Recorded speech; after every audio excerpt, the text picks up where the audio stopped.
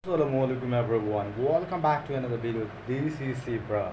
In this video, we'll not talk about the ultimate story or something like that. Today, I'm gonna talking to you about the importance to hearing BBC and CNN on others. English lecture or lesson. So in this video, I'll just show with you BBC FM radio how much needed for you to speaking to improve your speaking skills or level. Let's enjoy the BBC FM radio, which is really needed for everyone. Okay. For weeks, ended up in Greece, and eventually in Greece it got arrested, and its cargo was, seized. Two such haultless ships came to Greece 4 years ago. Both were gas tankers. They caught fire in the Black Sea while attempting a ship-to-ship fuel transfer in stormy conditions. At least 10 crew members, Indians and Turks, were killed. One ship had apparently been barred from a Russian port because it was on a US sanctions blacklist. Both flew the flag of Tanzania.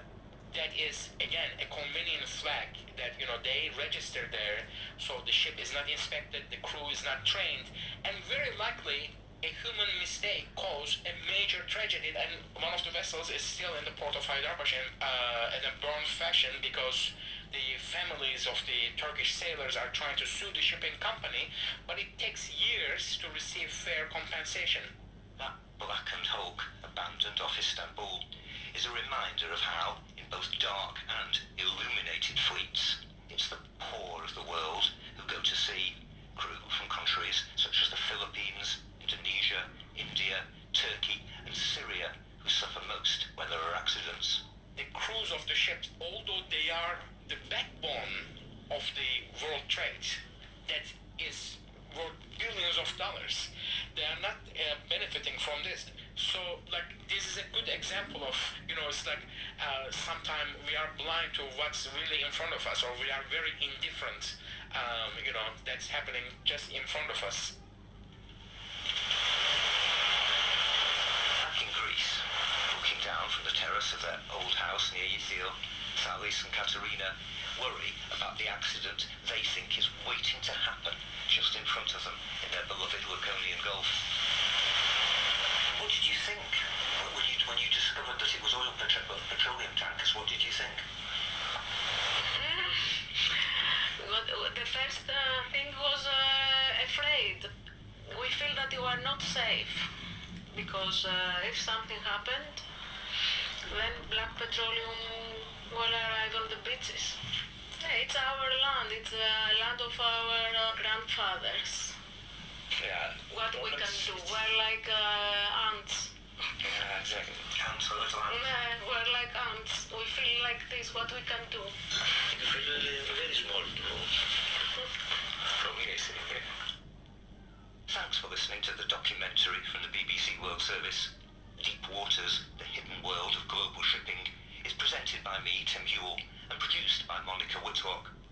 Next time, the future of container shipping. Will the giants of the waves grow ever bigger, or has the bottom finally dropped out of the box market? You're listening to the BBC World Service, and the next piece of music to feature in our Soul Music series is a disco classic. They said, what kind of songs do you like? I said, well, I like songs that are meaningful, that touch people's hearts. They said, we think you're the one we've been waiting for to record this song. Soul Music at bbcworldservice.com/documentaries.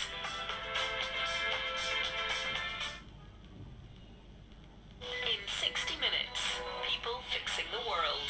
Well, this week, we're finding out about a simple solution that's saving premature babies in places like Colombia and Malawi.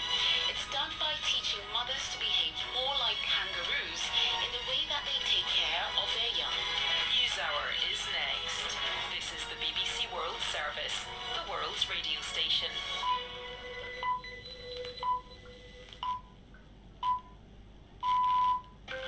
Welcome to NewsHour from the BBC World Service. I'm Razia Iqbal. Donald Trump is to appear in a court in New York, making him the first former US president to face criminal charges. Will be outside the courthouse and hear a rebuttal that this is a political case. The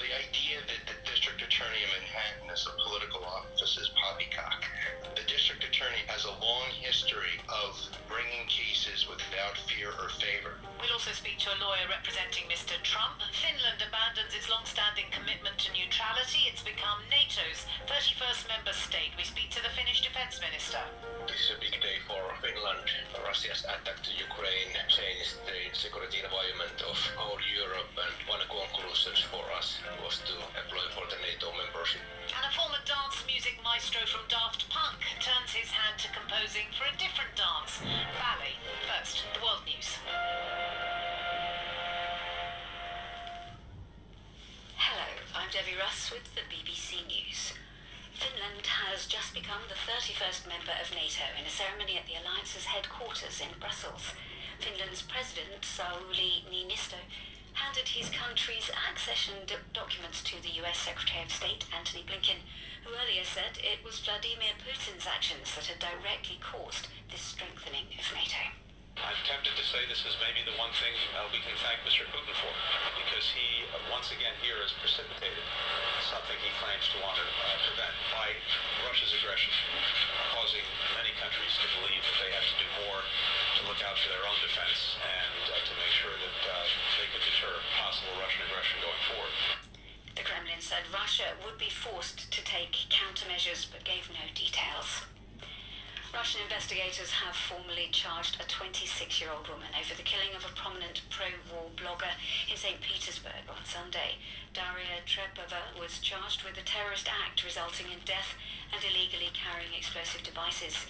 The blogger, Vladlen Tatarsky, was killed by a bomb blast at a cafe where he was due to speak. The party of Pakistan's former Prime Minister Imran Khan has welcomed a ruling by the Supreme Court overturning a delay to polls in 2 provinces it formerly governed. Judges said the postponement by the Electoral Commission had been unconstitutional. The provincial assemblies in Punjab and Khyber Pakhtunkhwa were dissolved in January as part of an attempt by Mr. Khan to force early general elections. Donald Trump has been consulting lawyers at his home in New York ahead of his court appearance later on Tuesday. He's the first former US president to face criminal prosecution. The charges relate to a payment made to buy the silence of a porn star shortly before Mr. Trump's electoral victory in 2016. He denies wrongdoing. Gary O'Donoghue has this report. Police have been closing roads and putting up more barricades around the court in preparation for Donald Trump's arrival in the early afternoon. Space in a nearby park has been set aside for protesters, both pro and anti, though the authorities are cautiously optimistic that there will not be trouble. When Mr. Trump is taken into custody, he'll be fingerprinted before being escorted into the courtroom on the 15th floor, where the charges will be read to him.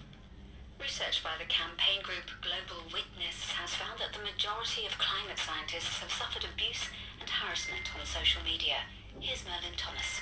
I spoke to some climate scientists who've reported experiencing death threats, racial abuse and harassment from climate deniers online.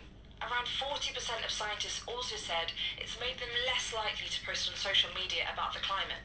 Experts say this could have a significant impact on our collective understanding of climate change and climate action.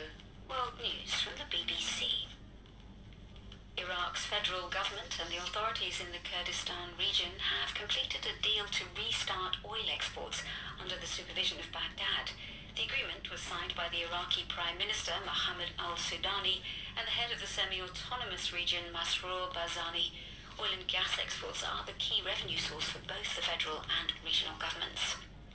Israel's central bank has warned that the government's proposed judicial reforms could have a multi-billion-dollar impact on the economy. The Prime Minister, Benjamin Netanyahu, has temporarily suspended plans to curtail the power of the Supreme Court until later this year, following months of protests. From Jerusalem, Lucy Williamson reports.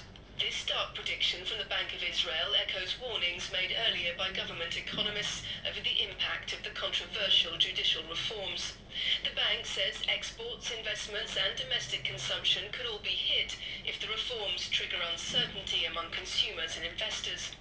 Without the ongoing dispute, it says Israel's economy would grow by 2.5% this year, but if the crisis continues, it predicts a drop of almost $4 billion in the economy.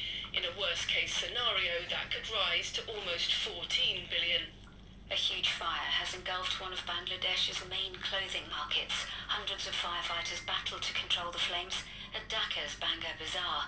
It's not known how the fire started, but it spread rapidly through the thousands of stalls that make up the sprawling complex. There's been no report yet on casualties. Malaysia plans to abolish the crime of attempting to commit suicide, which at the moment can result in a year in prison. The government has also suggested a halt to all prosecutions until the law is scrapped. Officials believe that decriminalising suicide will encourage people with mental health problems to seek help without fear of legal consequences. BBC News.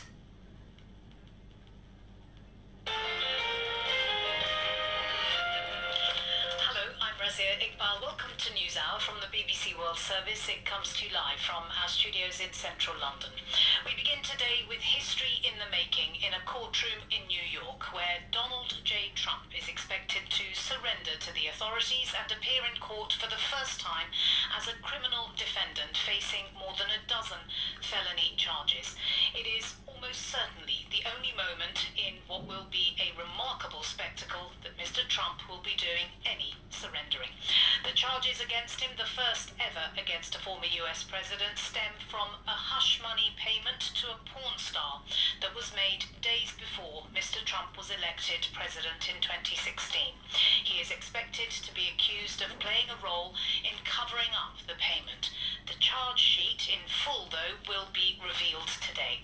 The city of New York is bracing itself for much more than just a media circus. There have been suggestions that Trump supporters will be showing up in